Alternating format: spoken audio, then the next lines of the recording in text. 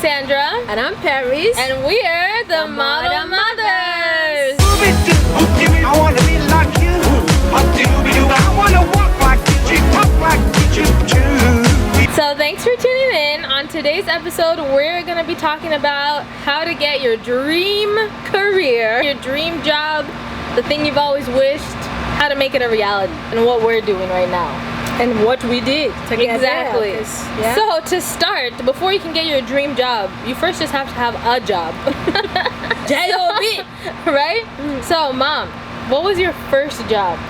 Wee-wee. My first job Yes.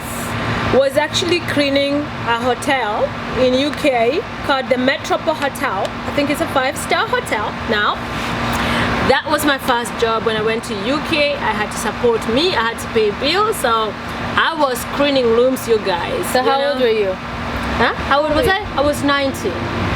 That's My late. first job. I come from Africa. Okay, you also come from like a village, so you were working every day. Exactly. To get a job before you are 19 in Africa, I mean, not unless your uncle has a company and you're hired, you're doing family business. Yeah. But very rare in Africa Really? that somebody would hire you when you're in high school for a job. Not unless you're exceptional. I don't know whether it happened now. Collect me. I No, could but be like wrong. even just like, you know, like minimum wage jobs. They That's what call I'm it. saying. I mean, it's because those The culture you is think are different. minimum job to you in the Western world, sometimes it's the job in someone else in Africa when I was growing up. Right. To get it. Okay, crazy. Cause okay, so my first job, Yeah. I've had so many. First job was Wonderland. So Canada's Wonderland. Guys, do you see different Which is generation? basic because okay, it's basic here in in like Ontario or even GTA because a lot of people's first jobs is Yeah. that. But I was 17 because I was in grade 12. I was And- part-time, so I was yeah. only working Friday, Saturday, Sunday. In the summer, Yeah. then I started working more hours. Actually, let's go back. I should say my first job was working in my dad's farm. no, that doesn't count. For You those who weren't are paid. Kikuyu, Korema, I was farming. You weren't paid. It doesn't count. I wasn't paid, but that's how we got our pocket money. You guys do nothing and you get pocket money. Okay, then my first job was doing chores in the house. Then I think it started there. We know why I brought that up? Yeah. Because we forget that we start at home. Okay, Charity true. begin at home. How do you learn to even be responsible? You Yeah. start at home. You would be, I remember the first thing you wanted was Candy. Yeah, mommy, Twix I want bars. I want this. So I'll be like, okay, I'll give you small job in the house, and I'm like, when that is done, maybe we'll take a walk and we're gonna go get that thing that you want. I would So look forward it to start it. there. So that's why Yeah. I went back. I said, hold on. No, my first job wasn't cleaning hotel. How did I even learn to clean? I learned from my mom kitchen, yeah, cleaning dishes. I learned from cleaning our compound. My mom, I remember every Saturday it was my job. But I learned something called hard work and I learned discipline. So, okay, now we've worked many jobs. Okay, Mom, think how many jobs have you had? Since you started at the hotel Yeah, till now, I was very count how many? I'm gonna count. on top of my head. I'd say Yeah. 10. Okay, you're older than me, by so that's fine. Yeah, 10. Wonderland, after Wonderland, movie theater. Then I worked as a waitress at an Indian restaurant. Then I did the summer camp. I was a receptionist. And then I did HMV, the music store that closed down. And then I did Cash Money. Then I did Susie, Yeah, it's a clothing store, Susie. yeah, Then I did the ice cream shop. yeah. Yeah. Woo! And then finally, Wells Fargo. Wells Fargo, now you are real deal. 9. But you see, It took 8 like part-time jobs before getting you are ideal a proper job. And you know, I like that. That's a lesson to you who is watching us and now you're struggling, you're in between jobs, or you're just frustrated. You're like, oh, I have a degree, I even have a master, and I still don't have that job. Trust me, stay there. Where you're sweeping the floor, sweep them the best way you know how. Because it's from there you will be upgraded. Trust me, God is a faithful God. For me, I started cleaning rooms, right? I Yeah. started that. Then from there, I went to working in old people's homes. Oh, okay. Their homes, not even in nursing homes. But their homes. Going to clean old people, giving them shower, feeding them, you name it. Yeah. I did that. Yeah. Then from there, I upgraded to nursing home. Then again, I went from there to working in a hospital, right? So that was, so you see, it's step by step Yeah, by step, yeah. right? This is when I was introduced to now the world of business, and I started doing Amway Global. And that's when entrepreneurship started in me. That's when it was awakened, like, there's something called business, and I can actually start it part-time when I'm still working and combine these two so that eventually I decide where do I See, before it was the Belong. hustle culture, mom was already hustling. You know, they say side hustle culture. Mom was already doing it. Yes, I am a serious hustler, guys. I mean, there's a time I had 3 jobs. No, seriously, 3 jobs. 2 different company, working this job in the morning, working this job in the afternoon, and doing my business in between. You know, I like when people look at us now and they admire and they go, Where "Oh my you God, are." I admire Paris Live. I like, you know, that you are, you know." Tell a us now, businesswoman after and- all that, where are you now that people are like, wow, I want to be Paris? Right now, I call myself a serious entrepreneur businesswoman. Why? Yes. I don't only do Timeless Medical Spa, I do real estate. I know a lot of people don't know that. The founder and owner of Timeless Medical Spa. I did not get there overnight. It is through hard work, it's sweat and blood, you guys.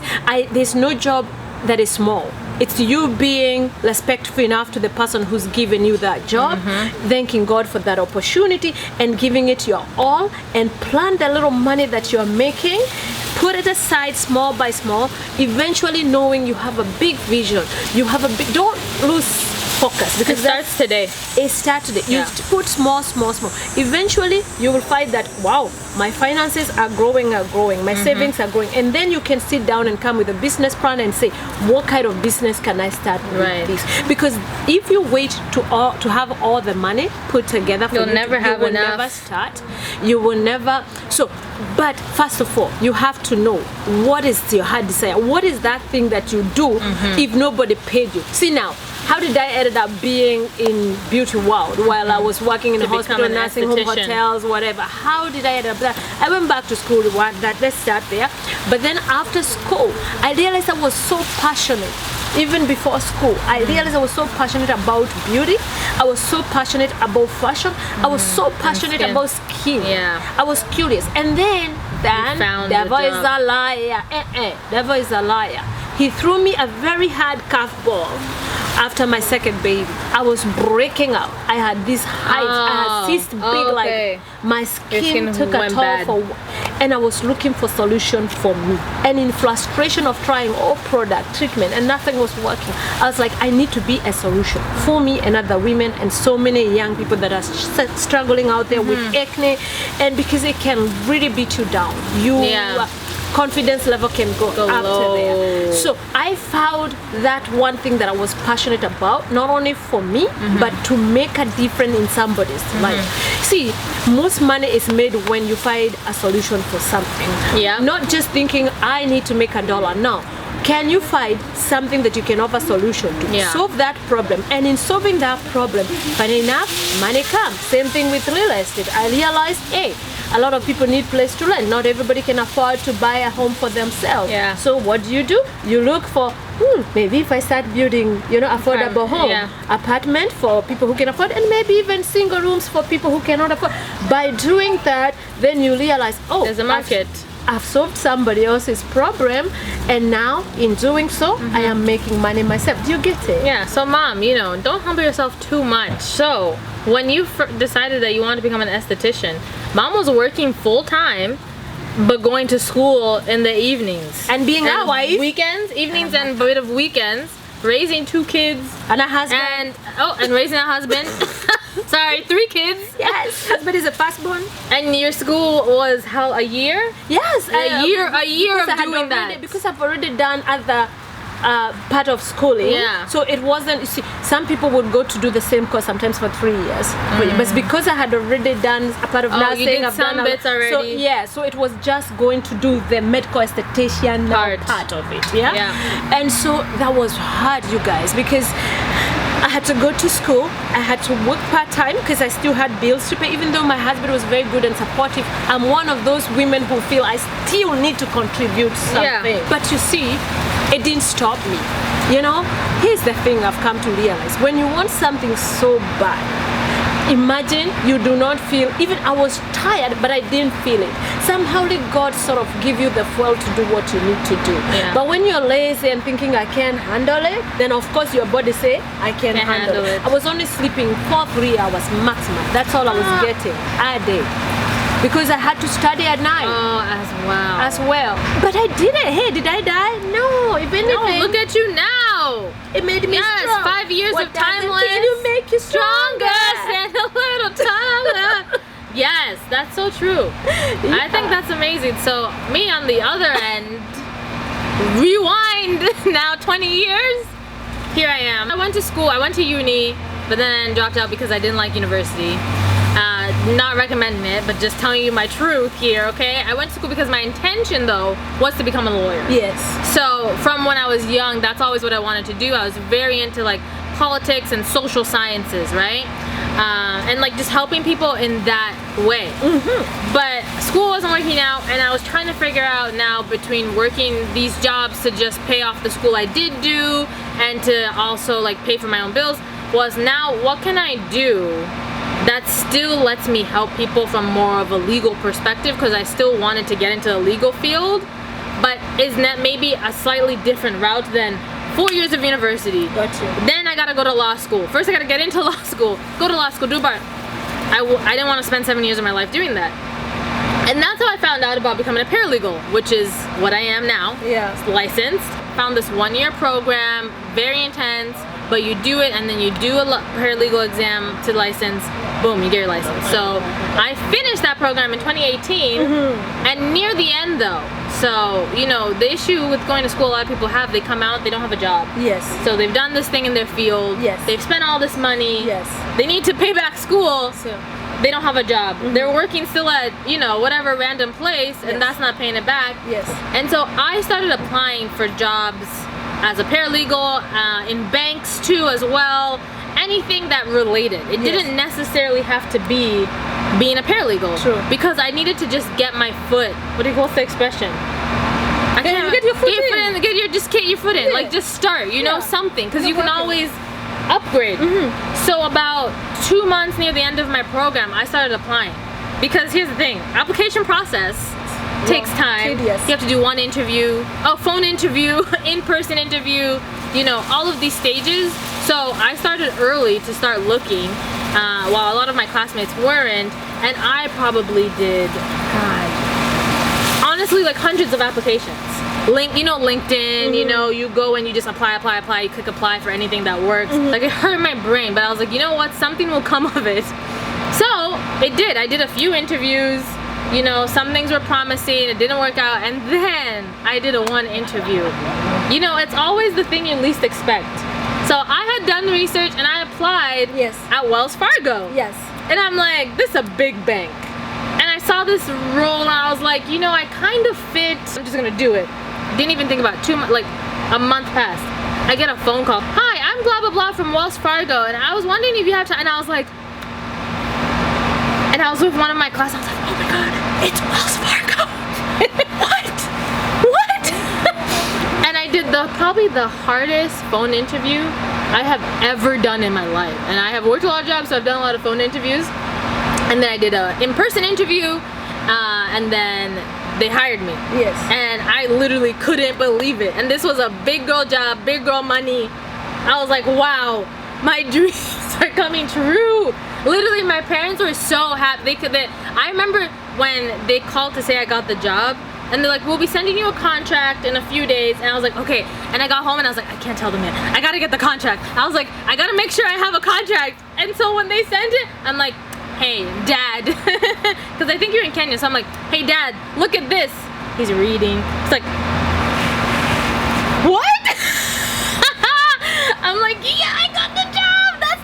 And we were just so happy, and I was so happy that finally, after like years of trying to figure out what I'm doing with my life, what career I wanted, switching programs, now going to a different school, I finally got Something that worked out good for you. entry job, like that I knew this is it, right? And so I started that. It was on contract for a year. So after a year, they were gonna not fire me, but my contract would be over. So I knew in that year, I had to hustle, network to get full time. Yes. And man, ask my mom and dad. I'd be like, I talked to this person today. I talked with that person today. Oh my God, mom and dad, I did everything I could. And then finally, like 6 months in, less than maybe like 5 months, a position opened up in another team that was full time. Yeah. And my current manager there, again, talk to like your man, was so nice. You had to get approval because I hadn't even been there 6 months to apply. She gave the approval, I applied. I already knew the other manager, a few people on the team, so I had the ins and outs, killed my interview, got hired full time, and I like couldn't believe. Now I have benefits, my salary increased a little. I was so happy. And once that happened, I moved out, and things just fell into place. And like I was paying off my debt. I was everything was just happening. But after all that hard work, and the point of all this is just that it's not easy. It's not, and take home. It's not. This is a take home for you who is watching us today. You had Sanda's story, you had mine. But here's what Sanda did not tell you. When she said she dropped school, school was already paid. That's a whole year she went to university, and there was money paid, and now she's dropped. I was pissed off.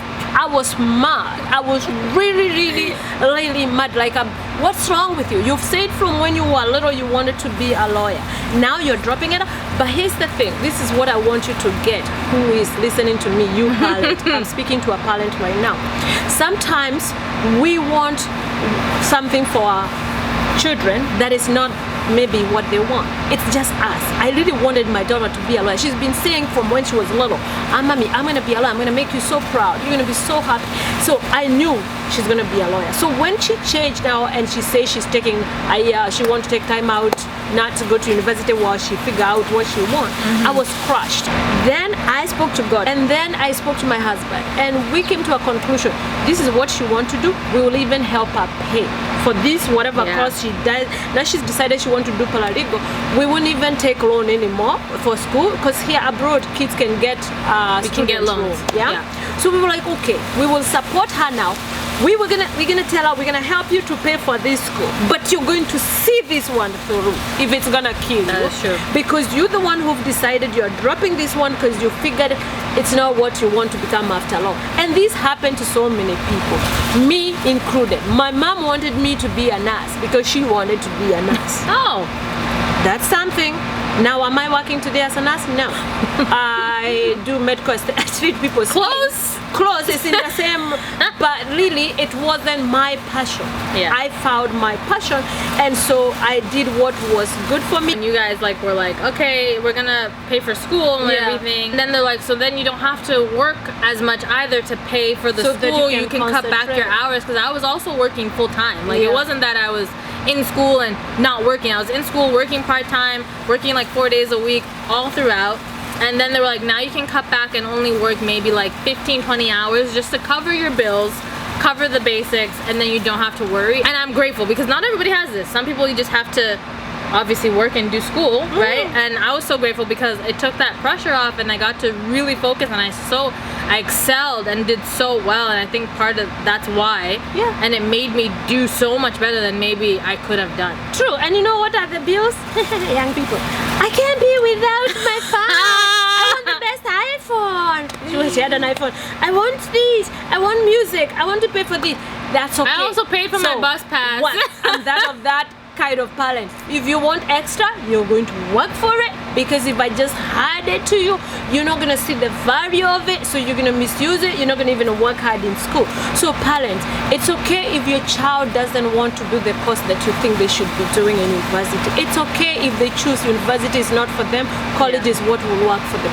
It's okay if they think entrepreneurship is what is their calling. It's not even being whatever it is that you as a parent feel they should be, because let me tell you, at the end of the day, even if they go to university and get that degree and even master in it and get a PhD, if it's not their passion, if it's not their calling, if it's not what they really want to do, they're still gonna drop that and go do whatever that thing they wanted to do, whether it's being a DJ, whether it's just being a fashion designer, because that is what they really want to do. So as parents, sometimes we make that mistake, but I've learned with Sandra, and I promise my daughter, my other daughter Maxine, Sister, that I will never interfere. I will always give guidance. That's my take on it. And from the, I guess, student, young adult perspective, don't force yourself to do something you don't want to do, because like my mom said, you're just going to be miserable. Don't do it for others. Still going to be miserable. And you waste a lot of money, like you money. wasted a whole year money. There's no point, and it might be really hard, because it was really hard to just say to your parents, I don't want to do this, this is what I'm doing now. But you'll get through it, and you'll save your time, which I think is even more important, because you don't want to waste that, and you'll save money, and you'll just be doing what you want to do faster and earlier than if you kind of went through something that you didn't really want. But also, don't just drop out because you're like, try it. Drop out. Actually put the effort first, because if you've now actually tried and put the effort into this thing and you're like, I am still just not, this isn't for me, now that's when you reevaluate, not before that moment. And remember, what is here is the only thing that nobody can take away. Seriously. Whatever you put in here, whatever is your knowledge. Yes, your knowledge, it's everything. All right, thank you guys so much for watching. Don't forget to follow us on social media, on Instagram and Facebook. I'm at Sanic Style. And subscribe to my YouTube channel, Paris Boothia, and Instagram, Paris Boothia, Facebook, Paris Boothia. From our loving family to your yours. loving family. Thank you guys so much for watching this episode. We're the Model Mothers, and we'll see you next time. Bye. I wanna be like you.